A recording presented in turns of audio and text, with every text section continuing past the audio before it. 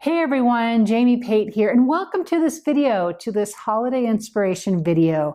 I am so happy and excited to share with you the projects that I have processed through for you today. There's 3 of them, and they're all perfect for the holidays or for any time of the year that you need something special and unique. So I'm glad you're here. Thank you so much for watching, and let's get started. Okay, let's get started. Let me show you the first project I am eager to show you. And this is a photo sleeve. I'm going to show you how to do all of the elements, and this is our family photo for this year. Hey, you grab what you can get, I'm telling you. And I want to show you how I put this together. So you can see that there is a foil application to it. So we're going to use just that. One of my favorite Minc products is what's called a Surface Pad. It comes with toner paper. It comes with a great heavy-duty vellum that can handle some of the mediums from the Minc collection, like the texture paste. And it also includes these glue pages. It's just white pages covered with the blue application. We will be using each one of these papers today. The first one we're going to be using is the vellum. So I have already trimmed out a piece of vellum, and for this project I know I need it to be 6.5 inches wide by 5.25 inches tall. I'm going to need the white texture paste because I want to stencil a design on the vellum, and I'm going to use the Mod Asterisk from Scrapbook.com. It's a 6x8 stencil, and it's really super fun stencil. I will simply apply a bit of the texture paste to the palette knife and then just add more as I need. And there's nothing special about this application here, except for the fact that I do want it to be smooth on top. The thing about the white texture paste that is reactive to the foil through the Minc machine is that you do need to give it plenty of time to dry. This has a bit of texture to it, right? Especially going through a stencil, it's going to be raised. And you want that texture to dry really well.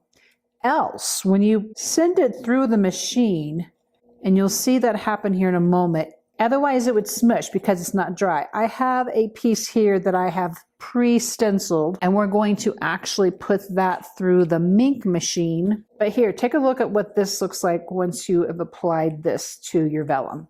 Beautiful application, right? It really is lovely. So just carefully lift it up. Now, one of the things I like to do, you might hear my machine running here. It's just off camera slightly. It is warm on top because the rollers heat up inside. And so very often the items that I want to dry, I'll put them on top of the Minc machine and they'll do just that. Okay, so for cleanup here, you see I'm using the non-stick part of this glass mat.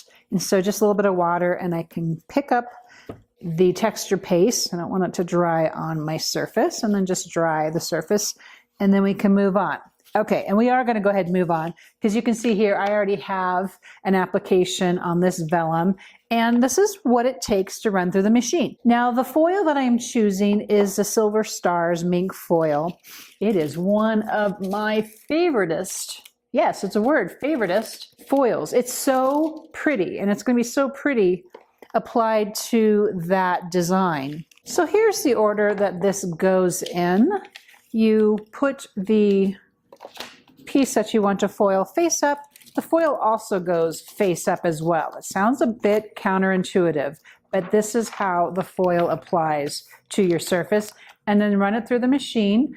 I have a 12x12 carrier envelope here, but I've trimmed it down just so I don't have to wait for all 12 inches to go through the Minc machine. Okay, so that has run through the machine, and here is the point of reveal. Everyone loves this part so much because it's just stunning, and that texture paste just allows for such a beautiful application of the foil exactly where you want it on that stencil design.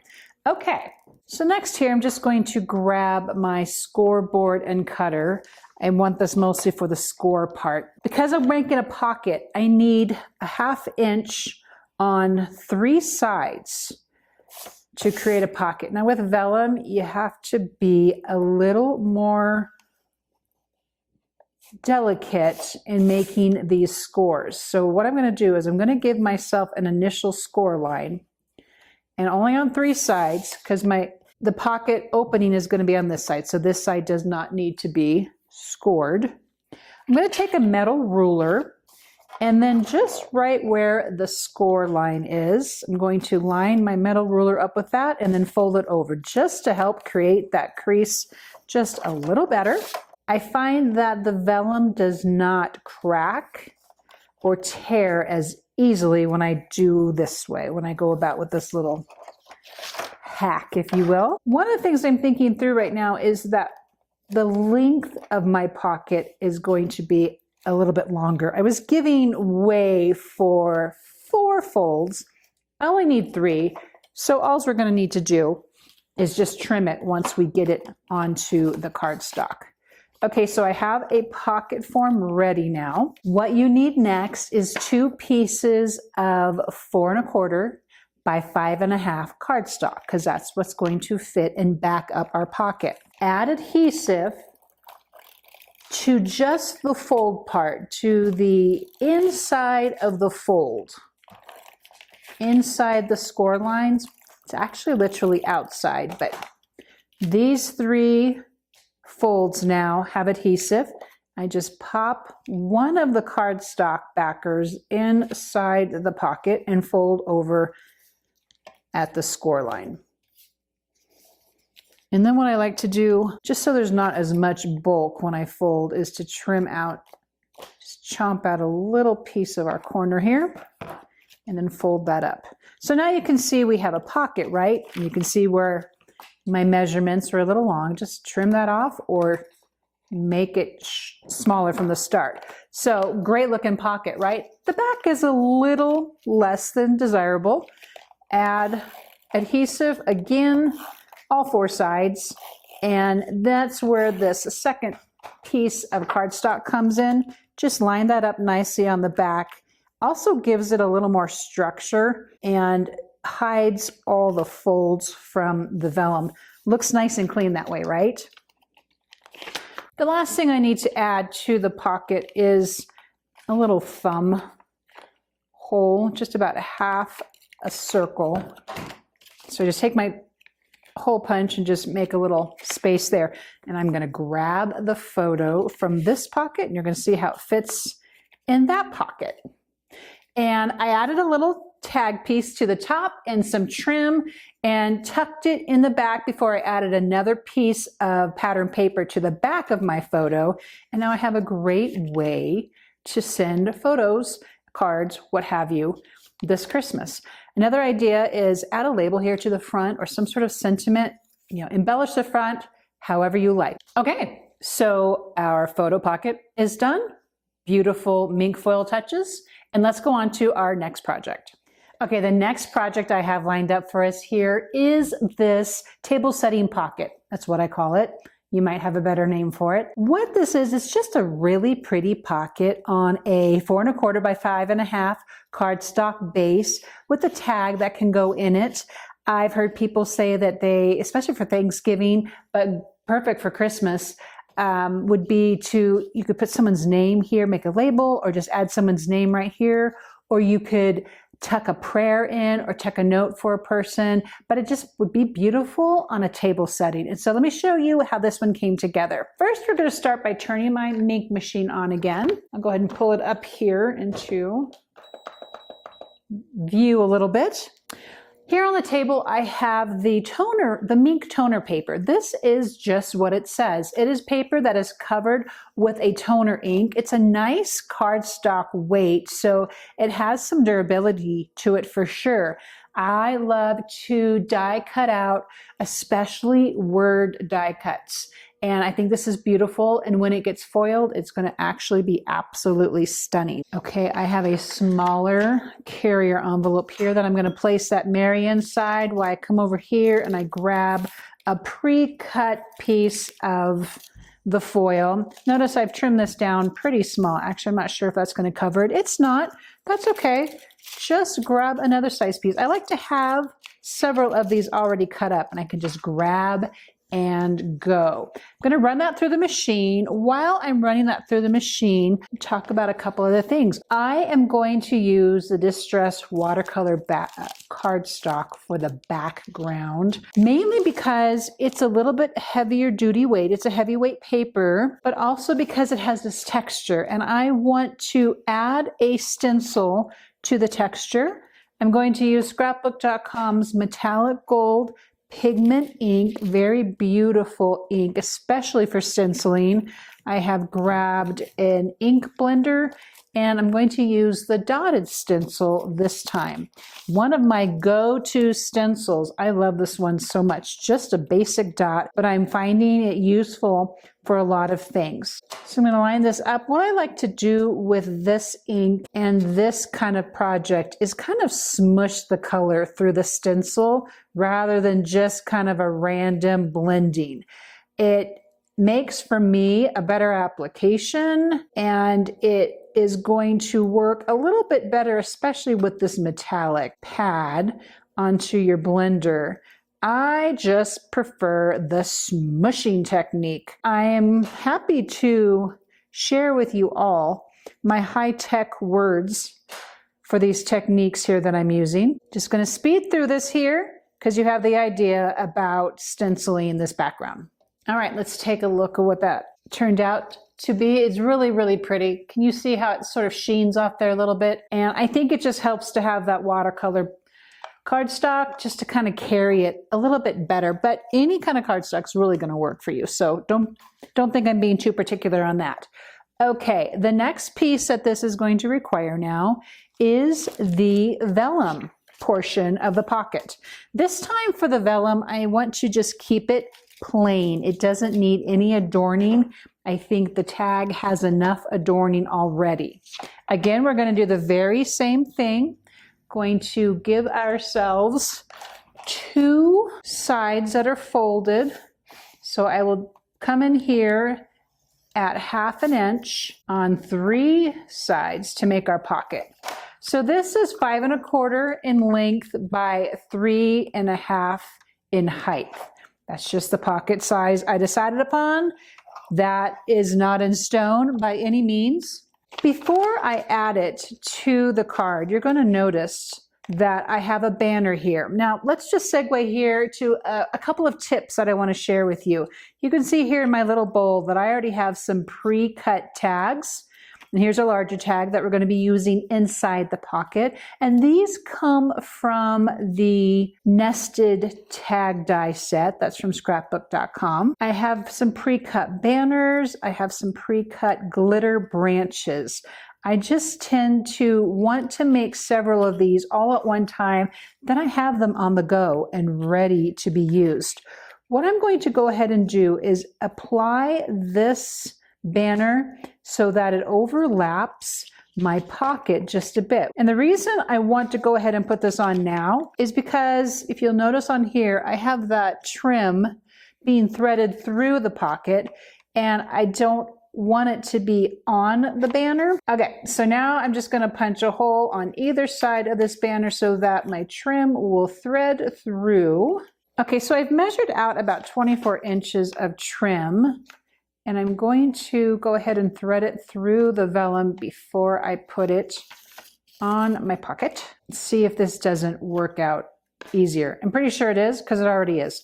So when and if you make these table setting pockets for your guests, all of these parts of this craft, if you will, can be made. I like to use the term that Tim Holtz used, and that's compartmentalize your craft parts. So do all the vellum cutouts at one time. Make all your merry mink sentiment all at one time. Stencil your background all at one time. And it just sort of makes everything come together that much easier. Okay, I believe I am ready now to do the same thing I did before, adding that adhesive in my little fold channel there.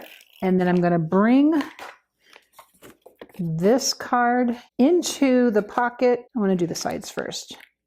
Bring in the sides. And again, the thing you can do with the back of this is cover it up with some of your favorite pattern paper so that you have concealed all of these vellum parts. Okay, so far it's looking good. Okay, this was done earlier. I was able to do this while I made the background, and so the Mary is all beautifully starred and sparkly, and just, I love this. I love this sentiment. I love that foil. I'm going to use the smart glue. There's a couple different ways you could attach the Mary to the back to the card front here. I'm just going to add some to the thick part of the R and kind of smush it in place there. There, I'm going to set that aside and let that dry. I told you earlier I had a tag already pre-made. This is from the Nested Tag Die Set from Scrapbook.com, and we need to adorn it. For the tag that's going to pop right inside of our pocket, I wanted to add just one more little subtle adornment to it. So I've grabbed the 6x8 Snowflake Stencil and the Frost Pigment ink that is also by Scrapbook.com, exclusive to them. And again, I'm just going to mush through this frost. This is going to be a very subtle touch. I mean, like tone on tone, like frost on frost. It is going to be super subtle, but in its subtleness, it really plays nicely with the rest of the elements that are part of our project so far. So this is obviously, as are all the things on this pocket, super optional. You don't have to do it. I just have done this before and I loved how it looked so much. Let me see if you can see. Yep, there it is. Isn't that great? I think it's so pretty. It's just pretty. There is a die piece that punches the hole. I just didn't include it, so I'm going to add my own hole, which is fine. And then I have some gold metallic thread here I'm going to use. And I already have a glitter die cut little piece of holly. Now this is the whole die cut, and this comes from Tim Holtz Holiday Greens Finlets. And this is what it looks like when you cut the whole thing out. I just wanted the tip, so I only cut out the tip. That's all I knew I needed. And it's just one way to either have it already cut out and just snip from it, or just die cut the very top of it. And then it's just ready to go, especially specifically if you have a specific project in mind, like we're doing here. I've left the loop open so I can include my holly branch in my tie, and then I'm going to make a bow. Okay, bow is in place, and so are my cute little glittery hollies. Next, I'm going to take one of these pre-cut, smallest of the tags. So cute, right? Oh, it's so cute. And I'm going to share with you one of my favorite stamp sets. Any of the WordFettis are my favorite stamp sets. This is WordFetti December, and I already have the joy sitting there on the round stamp block. And I'm just going to pop a cute little joy here at the very bottom of this tag. The tag also still needs a little hole at the top. And I'm just going to kind of thread this through the bow that I already have in place, just for the sake of getting this finished to show you all. Our tag is all ready to pop inside of its pocket. It is beautiful. It is glittery. It's just, I just love it. I loved how it turned out, and I hope you enjoyed this project as well. We have one more. Are you ready? Let's go. Okay, for our last project, we are going to make this real simple ornament. Now, notice we've used the stars, the silver stars, Minc foil through every one of these projects so far, and I love being able to do that. I love just taking an element and seeing how I can use it in different ways. A couple things I want to talk about really quick. This is the Snowflake Decorative Die. It's a set. It also comes with this banner so that you can layer this another piece on top of this banner right here. And what I've done is, well, what I'm going to do and what I want to show you how to do, taking this, looks like just white cardstock, but remember the Minc Surface Pad, and it had the glue paper? This is that. It is covered in this white glue. It's a little sturdier than even the toner paper, and I am going to cut this out on my SIzzix Big Shot so that we have this ready to Minc. Okay, this is ready to be run through the machine. I already did our champagne foiled Mary. I'll show that to you in a moment. Pop this into its carrier envelope and then a layer of the silver star right on top. And while that is running through the machine, here's the next part to our ornament. Now this is just white cardstock. I wanted to back up the Minc part of the ornament to some cardstock to give it a little bit of depth, but to also give it a little bit more structure. What I'm doing here is adhering the 1/8 inch wide foam adhesive, and the Minced part of this project is going to sit on top. The foiled part of the snowflake is ready to go. Yep, there we go. Okay, so I've already peeled off the backer paper, and so I'm going to line it up this way, and that way I can make sure everything is just as covered and layered as possible. Pretty happy with that. Okay, I'm going to take this Mary that I already foiled with the champagne reactive foil. And I think for this, I had this little extra snippet of this foam that I set aside. I'm going to pop it here on this thick part of the R. I might need to trim it down just a little bit and apply that to the banner here. And again, because this is an ornament, you might want to actually use a hot glue gun to adhere that, but I think this would be okay also. Then you could just put a little hole in the top and string some metallic thread through there, and you have a beautiful ornament for your tree. I hope you are inspired indeed to make and play with the Minc machine and these different techniques. And I thank you so much for watching, and I'll see you in the next video.